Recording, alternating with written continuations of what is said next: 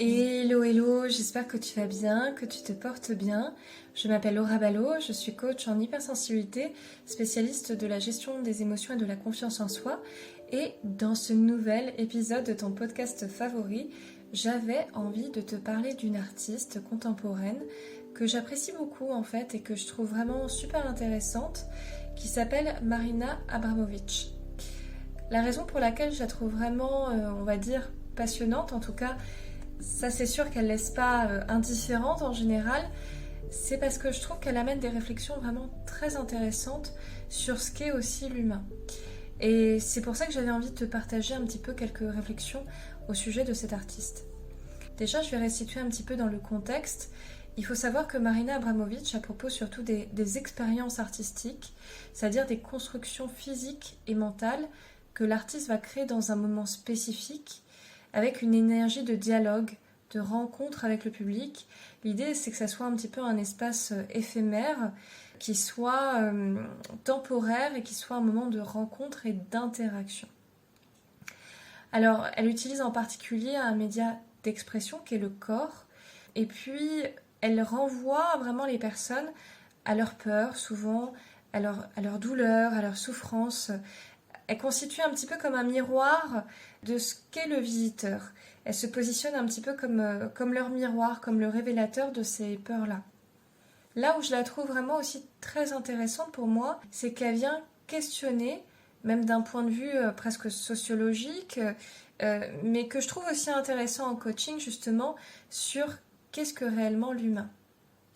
Notamment, elle a fait une intervention en 1974 qui est vraiment sa performance la plus connue, la plus critique, on va dire aussi, parce que c'est vrai qu'elle a fait énormément réagir, qui s'appelle Rythme Zéro. Rythme Zéro, déjà, l'objectif de sa performance, c'était de voir jusqu'où le public était capable d'aller si l'artiste ne faisait rien. Si l'artiste se positionne comme un objet et finalement prend toute la responsabilité des actes du public, qu'est-ce qui va se passer ? Alors ce qu'elle fait, elle se place déjà seule dans une salle complètement vide. Et dans cette salle, il y avait plusieurs choses. Il y avait déjà des instructions qui décrivaient cette expérience, comme quoi on pouvait lui faire tout ce qu'on voulait, qu'elle prenait l'entière responsabilité de tout ce qui lui était fait. Et dans cette pièce, il y avait aussi 76 objets. Dans ces objets, il y avait des objets de plaisir, des plumes, du parfum, des fleurs, du raisin aussi, et des objets plutôt de destruction. Un couteau, des ciseaux, un marteau, un pistolet aussi avec une balle. Elle voulait vraiment voir jusqu'où est-ce que les gens étaient capables d'aller. Alors au départ, ça a été plutôt doux, ça a été plutôt soft. On lui a fait des bisous, on l'a caressé avec la plume, on lui donne du raisin. Mais plus le temps passe et plus le public devient violent. Il y a une personne qui prend le pistolet, qui lui met sur la tempe. Puis il y a une personne qui l'arrête. Ils se battent. Il y a une personne qui découpe ses vêtements et les arrache, littéralement, à l'aide de ciseaux. On l'entaille avec les lames de rasoir. On boit son sang aussi. Elle est agressée sexuellement. Et au bout des 6 heures, quand on arrête cette expérience-là, elle recommence à bouger, elle retrouve en quelque sorte son humanité, et là, tous les spectateurs qui avaient en quelque sorte abusé d'elle d'une manière ou d'une autre, se mettent à s'enfuir. Ils s'enfuient face à cet objet, en fait, ce qu'ils considéraient comme un objet, au final, qui était redevenu humain. Elle raconte que par la suite, elle est rentrée chez elle, qu'elle a vu tout un tas de cheveux blancs, et qu'elle était vraiment, on va dire, je pense, anéantie, quoi. Je pense que c'était très dur ce qu'elle a dû vivre à ce moment-là. Là où je trouve que cette expérience, et notamment pour du coaching, est très intéressante, c'est que ça démontre que lorsque je ne mets pas mes limites en place, lorsque je ne mets pas j'ai pas envie de dire de barrières, mais les limites de mon intégrité, c'est à ce moment-là où on peut me déshumaniser et reconsidérer aussi ma valeur. C'est que c'est avant tout à moi de considérer ma valeur, qui je suis, de mettre en place ce qui me permet de faire respecter mon intégrité aux yeux en fait des autres. Et que ça, c'est vraiment quelque chose, je pense, d'absolument essentiel et d'absolument clé. Et ce que je trouve vraiment incroyable aussi, c'est cette idée que c'est ça aussi qui constitue un petit peu mon existence et mon humanité au final. C'est le fait de me dire, j'ai de la valeur, j'ai mes valeurs qui sont propres et j'ai mes besoins aussi, et que ça, je le fais respecter aux yeux des autres. Que je me respecte, moi, psychiquement, physiquement, etc. Et que du coup, ça me permet aussi de me faire respecter par les autres. Et c'est très intéressant aussi, cette notion peut-être de responsabilité au travers de cette expérience. Parce que finalement, le public qui n'a plus ses responsabilités, étant donné que c'est l'artiste qui prend l'entière charge de ce qui se passe durant cette expérience, est capable de presque tout, en réalité. Sans forcément se rendre compte aussi des conséquences qu'il y a derrière. Et je pense que c'est là où le fait de réussir à assumer ses responsabilités fait qu'on est acteur, fait qu'on est capable aussi d'anticiper les potentielles conséquences, de voir à terme aussi ce qui va se passer et d'être beaucoup plus ancré aussi dans notre réalité. Donc c'est vrai que je trouve que cette expérience est vraiment très intéressante d'un point de vue social. Bon après c'est vrai qu'elle est un petit peu glauque je trouve personnellement, mais je la trouve tellement intéressante en fait que ouais, ça donne à réfléchir en fait sur ce qu'est l'humain et sur comment est-ce que je fais respecter justement mes valeurs, mes besoins et tout ce qui constitue mon intégrité. La deuxième expérience que je trouve très intéressante, elle s'appelle The Artist is Present.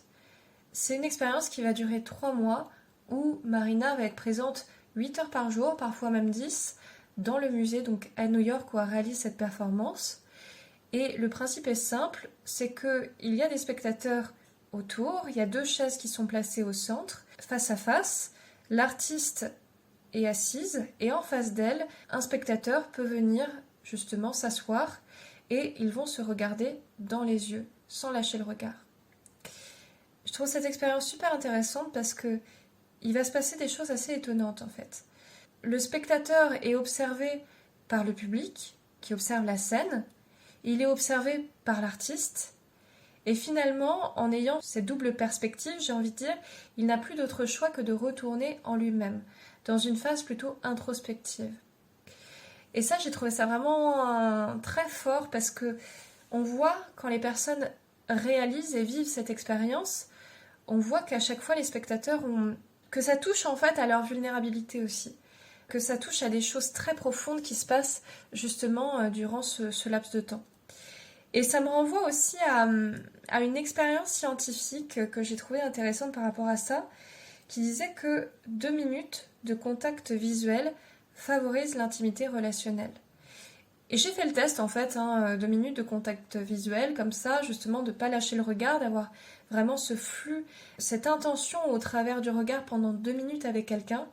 Et c'est vrai que non seulement ça accentue l'intimité relationnelle, mais ça permet d'aller beaucoup plus en profondeur et d'aller toucher une sensibilité, une vulnérabilité qui est assez incroyable.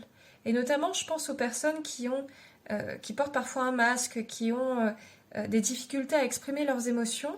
Justement, quand il y a cette connexion qui s'établit au travers du regard pendant 2 minutes, de regarder quelqu'un non-stop et d'avoir cette vraie intention, je peux vous dire que d'une, c'est pas simple, c'est pas du tout simple, et de 2, ça permet de lâcher énormément de choses.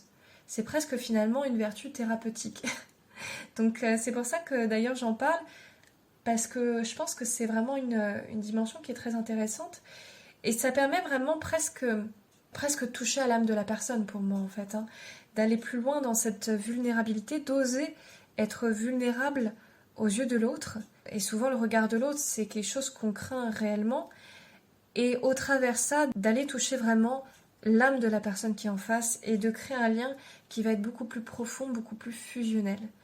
Moi, c'est quelque chose d'ailleurs que je vous invite à faire, notamment en couple, parce que c'est vrai que c'est tellement fort, tellement profond, que je trouve que ça permet de créer aussi une intimité, mais incroyable. Et d'ailleurs, petite référence du coup à Marina, c'est qu'à un certain moment, lors de cette expérience, il y a son ancien compagnon justement qui s'assied en face d'elle, par surprise. Cette fois-ci, c'est très intéressant parce que c'est Marina qui le voit et puis finalement c'est elle qui finit par partir en sanglots, quoi. Donc voilà, c'est vrai que je trouve que ces expériences qu'elle propose sont vraiment très, très intéressantes. Ça a un peu un effet catharsis, finalement, c'est que ça nous donne en face de nous un miroir de peur, de souffrance, de douleur, même de peur de la mort, des choses très, très fortes, parce que là j'ai parlé de 2 expériences qu'elle a réalisées, mais il y en a eu beaucoup d'autres qui parfois étaient même très trash, il faut le dire, je pense, et c'est pour ça aussi qu'elle a été beaucoup critiquée sur certaines expériences qu'elle a pu réaliser. Mais je pense que c'est intéressant d'aller un petit peu se confronter un peu à ça et puis se frotter un peu à ça, parce que ça permet aussi d'aller plus dans l'introspection, se dire qu'est-ce que ça vient agiter en moi finalement, ça, pourquoi est-ce que ça me dérange, si ça me dérange. Et ça a un côté peut-être assez ambivalent, à la fois fascinant mais aussi dérangeant. Peut-être que d'un côté c'est aussi ça qui fait bouger aussi les lignes de ce qu'on est. Donc voilà un petit peu pour ce podcast. En tout cas, j'espère qu'il t'aura plu. Et je te dis à très bientôt pour un prochain épisode de ton podcast. Ciao!